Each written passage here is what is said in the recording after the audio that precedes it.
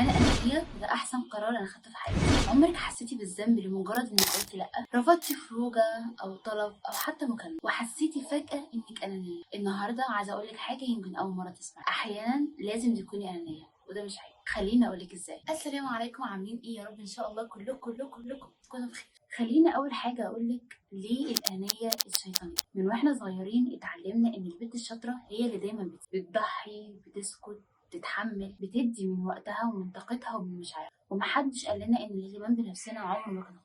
ومع الوقت لما كبرنا بقينا بنحس بالذنب لو خدنا بريك، لو طلبنا مساحتنا، او لو حبينا نفسنا شويه زياده. والمشكله ان المجتمع كمان بيزود ده. وخليني اقولك ازاي. المشكله مش في تربيتنا او تفكيرنا الشخصي في الاحساس بالذنب من حب النفس او وضع حدود، لكن كمان البيئه اللي حوالينا، الناس والعادات والثقافة والتوقعات الاجتماعية. كل ده بيغذي الإحساس ده وبيكبره. هقول لك مثال. أول حاجة مثلا لما المجتمع يبدأ يحط أحكام أو يطلق أحكام على بعض الأشخاص، زي مثلا البنت لو قالت لا أو اعتذرت عن خدمة قال عنها دي شايفة نفسها، دي أنانية، دي جامدة، أو اتغيرت ومبقتش زي الأول. الناس مش فاهمة يعني إيه حدود. الناس مش فاهمة إن زي ما ليا وقت للناس لازم يبقى ليا وقت لنفسي. تاني حاجة مثلا هي النظرة السلبية لأي بنت بتهتم بنفسها وبيتقال عنها إن هي كده شايفة نفسها، أو كل ده ليه، أو هي فاكرة نفسها مين. وخليني أقولك النتيجة اللي محدش بيقولها. اللي بيحصل بقى ان في بنات كتير بيوصلوا للاحتراق النفسي، اللي هي مرحله الانفجار. بيعيشوا عمرهم بيقولوا نعم وهم نفسهم يقولوا لا، بيتحملوا فوق طاقتهم عشان بس يرضوا اللي حواليهم، وبييجوا على نفسهم مرة واتنين وعشرة، وفي الآخر قال عليهم برضو اتغيرتي، ما بقيتيش زي الأول، انت على طول متضايقة. طيب عشان الموضوع يوضح، في فرق بين الأنانية الصحية والأنانية المؤذية. خليني أقولك ازاي. في فرق انك تكوني مهملة ومش بتراعي الناس، ودي فعلا اسمها انانيه مؤذيه، وانك تحط حدود دي اسمها انانيه صحيه، ودي مهمه جدا. طيب عشان افهمك اكتر يعني ايه انانيه صحيه. الانانيه الصحيه انا بقول لا ومش محتاجه اقول لا. انا بقول لا عن الشغل دوت ومش محتاجه اقول لحضرتك حياتي كلها ماشيه ازاي عشان حضرتك تقتنع ان انا بقول لحضرتك لا عشان انا ما عنديش وقت او ما عنديش مجهود او اني اعمل الشغل ده. الانانيه الصحيه هي انك تريحي نفسك من الناس اللي بتستهلكك. وقلت قبل كده في الفيديو اللي فات يعني ايه ناس بتستهلكك او علاقه مرهقه او علاقه. العلاقه المرهقه هي العلاقه اللي بتستنزف طاقتي، او الناس اللي بيطلعوني من المكالمه او اللقاء دوت وانا مرهقه او متضايقه.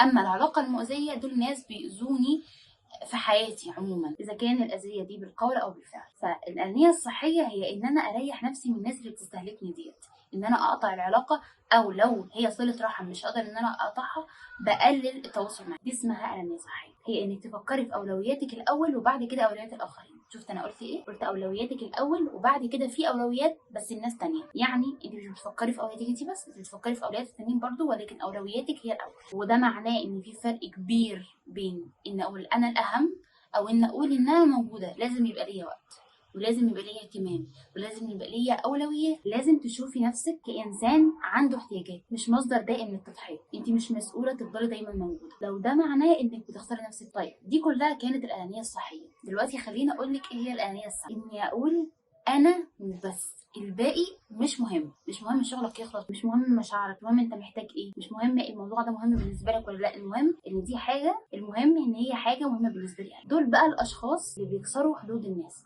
دول الاشخاص اللي بيدمروا الحدود بتاعت الناس اللي عندها الانانيه الصحيه. خليني اقول لك ان الناس دي معروفه ان هم عندهم التسلط، مغلفينه بحب النفس. ازاي؟ تخيلي مثلا واحده تقول لك انا بحب نفسي ومش هسمح لحد يتحكم فيا. كل الكلام ده جميل، لسه هكمل. فانا هعمل اللي في دماغي حتى لو مزعلك او حتى لو هي. دول بقى الناس اللي بيتصرفوا بطريقه متسلطه ومؤذيه، بس بتبرر تصرفاتها على اساس ان هي اهتمام بالنفس او حب الذات. انا مش بقول لك كوني انانيه على حساب الناس او انسي نفسك عشان الناس. انا بقول لك كوني انانيه شويه علشان تحافظي على نفسك، وعلشان تعرفي انت عندك انانيه سامه او انانيه صحيه. هقول لك على سؤالين تساليهم لك.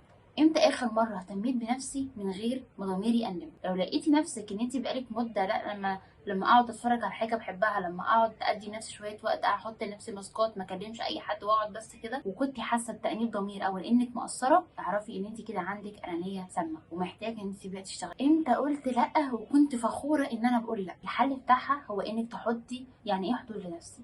يعني ده وقت الشغل، ده وقت صحابي، ده وقت الناس، ده وقت نفسي. لو انت قسمتي وقتك بالطريقه ديت صدقيني انت كده حطيتي لنفسك حدود. يعني ايه حطيتي لنفسك حدود؟ يعني مفيش وقت للشغل ينفع يدخل في وقت نفسي، مفيش وقت للصحاب ينفع يدخل في الوقت بتاع نفسي، مفيش وقت للاهل ممكن يدخل في الوقت بتاع نفسي. كل حاجه ليها وقت، حتى نفسك ليها وقت. الانانيه هي اللي بتخليكي متصالحه ومرتبه من جوه. كل ده مش انا، ده حب الذات. وصدقيني حب الذات عمره ما هيكون غلط. ولو حسيتي انك بتيجي على نفسك كتير اكتبي لي في الكومنت، جايه اتعلم اقول لها، عشان نعرف ان نمشي لوحدنا واننا بنتغير سوا. وافتكري ان تحب نفسك لا يعني ان تكره الاخرين، بل ان تتوقف عن كره نفسك لارضائك. وفي الاخر لو عجبك الفيديو واستفدتي منه ما تنسيش تعملي سبسكرايب وتفعلي الجرس، تبعتيه لكل احبابك اللي محتاجين فعلا ان هم يسمعوا الكلام ده. سلام.